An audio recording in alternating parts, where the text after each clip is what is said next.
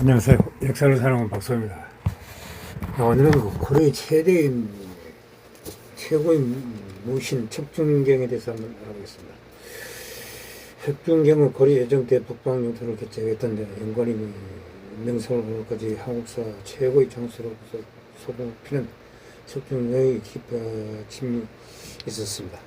척준경은 영관이 조련시킨 별무관을 이끌고 예정 전벌에 나서 고려군이 이게 방조했을 때보다 큰 활약으로 혈류를 이뤄주었습니다. 그러나 고려는 여진족과의 전쟁이 장기화되면서 군정이 쇠절하고 여나라와의 국경 분쟁 문제까지 불거지자 김인전의 제안에 따라 애써 설치한 구성을 여진족께 반환하고 맙니다. 그 때문에 고려의 영토 확장 노력은 숲으로 돌아갑니다. 척준경은 전공을 인정받아 요직에 기용되었습니다. 그때부터 당대의 권력자였던 이재경과 손잡고 정적들을 물리치면서 실권을 쥐었습니다. 그 과정에서 임금을 이화하고 대궐을 불태우는 실수를 저질렀습니다. 그 후 척준경은 시발자 요원에 해냈던 이재경이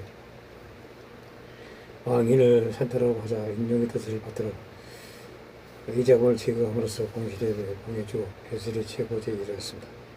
하지만 그런 문신 정지상의 탄핵으로 하루아침에 실패한 뒤 이재경과 함께 의신으로 몰렸습니다.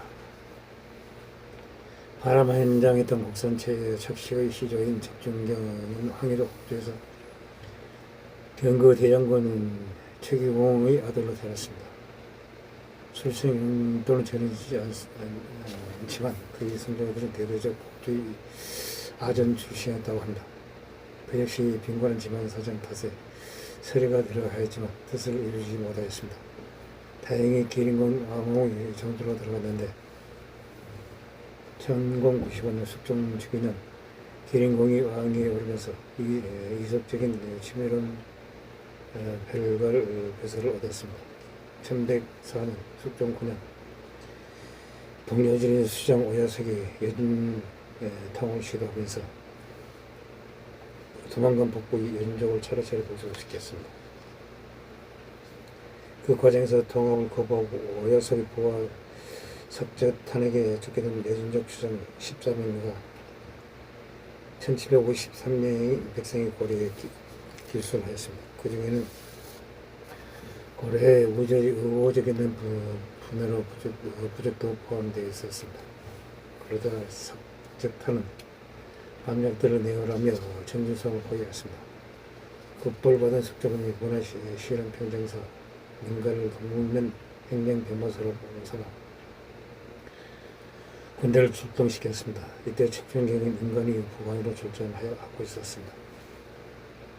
그의 이후 인간이 함흥판으로 섣불리 군사를 내몰다가 여진주장 영계의 기술을 받아 군사의 패관을 이뤘습니다. 그때 척준경은 적점 한 명의 목을 내고 포로 2명을 되찾아 어린다 의형을 과시하였습니다. 하지만 패전 소식을 듣고 분개한 석종은 인가를 비롯하여 항류현, 송충, 왕공륜, 적의 등을 파직하였습니다. 이때 척준경 역시 하옥되다가 그의 활약을 알게 된 인간의 은약 플라나 천우의 역사 장군 군사로 임명되었습니다. 그해 3월 숙종의 명으로 인간이 여진족 투입에 나섰습니다. 석저탄에게 대피하고 고려의 망명했던 여진족 주장 14명과 변동의 통치 기관이 14개의 탈련선을 옮겨준 치유를 하겠습니다. 인간은 도민 중심인 고려 편자는 여진족을 이기기 힘들다는 사실을 깨닫고 숙종에게 상주하여 평역 김합영 중심의 별무관을 설치한 다음 군사 훈련을 강화하였습니다. 숙종에 이어 보위에 오른 예종은 부왕의 위협을 받들어 1107년 예종 2년 1월 10월 인간은 상원수 오연청을 본수로 임명하고 17만 명의 대군을 동원하여 여진 정무를 하였습니다. 이때 척준경은 백마독사로서 중국은 변마사 자봉나 기반총의 휘하에 있었습니다. 그의 10일 고려군은 전쟁을 선군으로 변상한 다음 다음 여인적 경매에 들어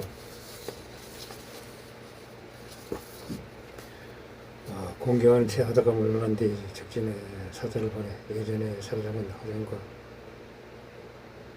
나물 등 여러 족적 수장들을 풀어낸다고 당부하였습니다. 이에 연족들이 400여 명이 호성 병력을 파견하였습니다. 척중경은 김무필, 시인홍정과 함께 그들을 모조리 척살해버렸다고 합니다. 그와 같은 나라로 기선을 세웠는데 고려군이 의실을 몰아 박진하였습니다. 의진정은 보동 음성으로 물러나 농성에 들어갔습니다. 이에 고려군이 명목을 가보지만 숙성에서 연정의 반격을 받아 위기하였습니다. 인간은 척경경의 지원을 명하였습니다. 수월 후 척성으로 달려간 척경경은 가파른 성벽을 기어올라 적진에 들어간 다음 엄청난 능력을 발휘해 적을 물대 혼란에 빠뜨렸습니다. 때마침 자하관의 총공격으로 발전 숙성을 함락시키고 인조 1200원을 착살시켰습니다. 원로 중과 5번이 합산해서 대선을 거뒀습니다. 이 대천에서 고려군은 인조의 만여 개를 얻었습니다. 동료진의 주장 열대를 비롯하여 3230명의 적을 보고하였습니다. 고려의 수박이던 도망과 이남 지역 전쟁에 성공한 영가를 동쪽으로 화관령, 북쪽으로는 공안 이력, 서쪽으로는 옥나 공령을 국경으로 잡아고 감주, 영주, 옹주, 복주, 객주, 공헌주, 묵성의 백성들을 이주시켰습니다. 이들 외에는 진정 대인지에 3천을 더 쌓아 이른바 고성을 완성하였습니다. 빼어난 무자로 정권을 덕차지하였습니다. 인간이 고성을 고치고 점령지를 고려 영토로 삼자 예전족들이 극렬하게 반발해 각지에서 전투가 일어났습니다. 당시 고성 지역은 너무나 강화해서 한 지역이 공격당한 다른 성에서 지원하기 힘들었습니다. 1108년 예종 3년 1월 윤곽이 오연청과 함께 정동 8만 명을 데리고 기이한 강한천 골짜기로 통과하다가 예보하고 있던 연적의 급수를 받았습니다. 그로 인해 고려군이 전멸을 당하고 도원수 인관과 오연청을 비롯해 10명만 버티는 지경에 이르렀습니다. 급보로 잡은 척중의 길사들이 구원하려고 했습니다. 아우 척중신이 이대로 출전을 기죽을 당할 뿐이라며 말했습니다. 그러자 척중은 이렇게 말했습니다. 너는 돌아가 것이 나머지를 공략하라. 나는 나라에 한 목숨 바쳤다. 우리 성이 있을 수 없다. 서둘러 전쟁에 다가는 척중객은 앞뒤지 않고 적렬에 나누어 순식간에 10명을 죽였다. 그를 놀라운 모양에 진료를 연주고의 전열에 흩어졌다. 마침 총장의 이관장이 그 감독이 도착하여 인간과 조원청을 고쳐하는 데에 성공하였다. 가까워서 목숨을 건네 인간은 명령사가 돌아온 뒤 척중경의 공장을 지휘하였다. 얼마의 여인적이 기병과 부러운 2만 명을 동원하여 명령상을 보위하였다. 인간 임은 온천대기 정상을 하고자 하였다. 하지만 성중의 군장이 부족했으므로 척중경의 일천불사를 외쳤다. 평소 척중경의 연명을 시도하고 있던 인간이 절절로 하려고 했다. 그런 수하들과 함께 선박과 나가질 수 있을까요? 적병이 수십 명을 척살해버렸다. 그의 기세에 놀란 여인력은 병력을 갑자기 몰렸다. 척중경은 이때의 공원이라며 맹세했다. 이길 망인 인간의 다음 작전을 마련하기 위해 조선대적부로 제장들을 불러봤다. 그때 권지승선 왕자지가 고금성에서 도특부로 이동하다가 여인적 장소 4일 개설을 받았다. 급벌받은 척중경이 달려가 여인적을 물리치고 왕자지를 보관하였다. 그때 왕자지가 말을 잃고 하는 거죠. 그런 여진적 병사의 말을 빼앗아 전혀 죽이고자 했다. 그해 이를 연적 장소의 와해석에 대거를 이끌고 옹주성을 보유하였다. 최홍정이 성문을 열고 나온 일진을 걸린 그때 승리를 거뒀지만 적의 대우는 조금 더 흐트러지지 않았다. 시간이 지날수록 상황에 이해지자 척중경은 병들로 이정해 밧줄을 타고 선봉을 내려가 정문성을 달려갔다. 인간으로부터 응원을 지원받은 그는 통태진을 지나 양정포에서 길주에 이르는다가 수차례 전투를 벌여 유진적을 격파했다. 이 팔과 고어려운 측중경 왕래지와 함께 함여 영유 사지형대에 있어 수많은 경험을 쉬었다. 그러나 인정의 지세가 끌어들이지 않았다. 기빈정과 최홍사를 비롯한 28명의 대신들이 구성을 반환하고 하친하자고 했다. 이어서 천백 공군인 이종사는 여석이 시에 사실은 파견의 구성 반환을 요구하며 고려의 결단을 성초했다. 그러자 예족은 대신들과 의기를 물으며 결국 구성의 반환을 결정하였다.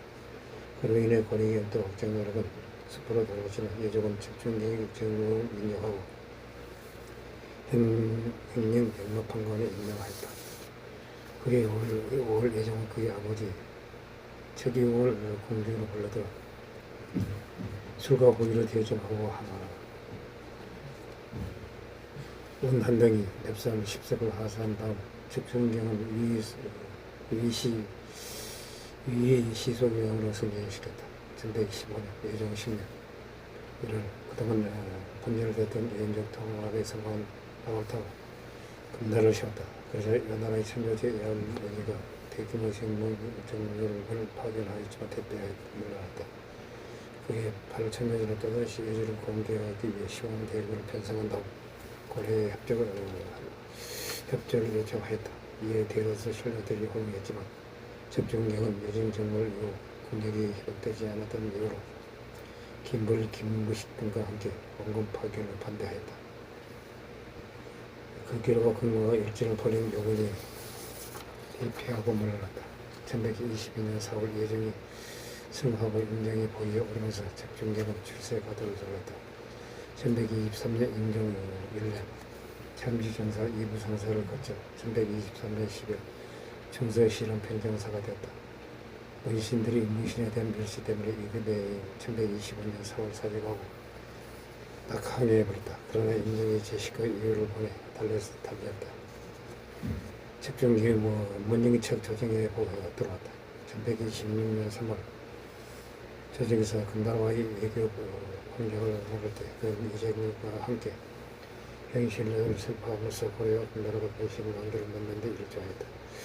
그 무렵 이자감의 정적이었던 한안이 일발을 축출하고 강경 관시를 거부했다. 이자금이 인주 이시 가문은 이자의 딸을 문정기에 시집보는 일에 인정 때까지 80년 동안 외척의 지위를 유지하였다.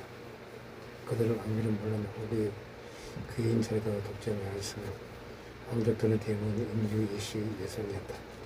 이자금은 1123년 8월 셋째 달 1120년 1월 넷째 달을 인정에게 받았다. 아들인 승려 의장을 수자로 삼는 등 불교 세력과도 거듭 무대를 거치했다. 당시 변무상사로서 고려의 공부를 이끌던 적중경은 이자금의 다섯째 아들 이지원을 사유로 삼았다. 그와 긴밀한 관계를 유지하였으며 그로 인해 동생 적중신과 아들 첩순의 벼슬이 크게 올랐다. 그 자신이 이무상사와 참지정사를 거쳐 문화실험 평정사에 이르렀다. 이자겸의 권세가 날로 억압해지자 어린 인정으로서는 왕권 찬태를 그런 것이 짙어졌다. 1120년 204년 2월 내시 지후 김창환 내시 넉사 머리를 인종의 뜻에 따라 풍통지 주밀 원사 지노견에게 이재경과 적중경을 추설하는 내용을 갖다. 그러자 지노견은 상장군 우탁 대장군 권수 장군 고석과 함께 거사를 모여하였다. 그들은 소화했던 적중신 최근 형 적중경의 권세를 배우고는 상관이 병무상사의 얼굴을 못 마땅하게 여기고 있었다. 그달 25일 밤 지노견과 우탁 권수 등은 권사를 이끌고 대구에 들어갔다. 앞을 가로막던 지후 김정분 목사 정기선 최영 등을 죽였다. 이어서 그들은 병무상사 적중신과 적중경의 아들인 내시 척순을 죽이고 시체를 그 밖으로 내던져버렸다. 내집 그 학문으로부터 그 볼을 들은 이재경이 아들 의장이 건너갔던 변호사 승려사 300여 명을 7등씩의 공수를 포기한 다음 책중경에게 사퇴 수주를 명하였다. 그러자 책중경은 휴의사를 실험, 재심, 기후 이후진, 목사, 유란 등을 공군으로 보냈다. 이튿날 아침 포위된 공결 병력이 걸버지 않자 책중경의 현장으로 직접 돌려가 걸박에서 돌아갔다. 그때 걸박에서 책중신과 책수의 실체를 확인한 그를 분개하여 공군을 불태워버렸다고 한다. 이상 고려인 부장 책중경에 대해서 한번 알아봤습니다. 이때 북방이라는 여진족이 발행하여 나라를 격탈한 장면이 우리로 하여금 또 금나라가 우리를 압박하는 또 매우 골치 아픈 일이 벌어지게 되었습니다. 이상 책중경 이야기를 마치고자 합니다. 항시 부족합니다. 양해 부탁드립니다. 감사합니다.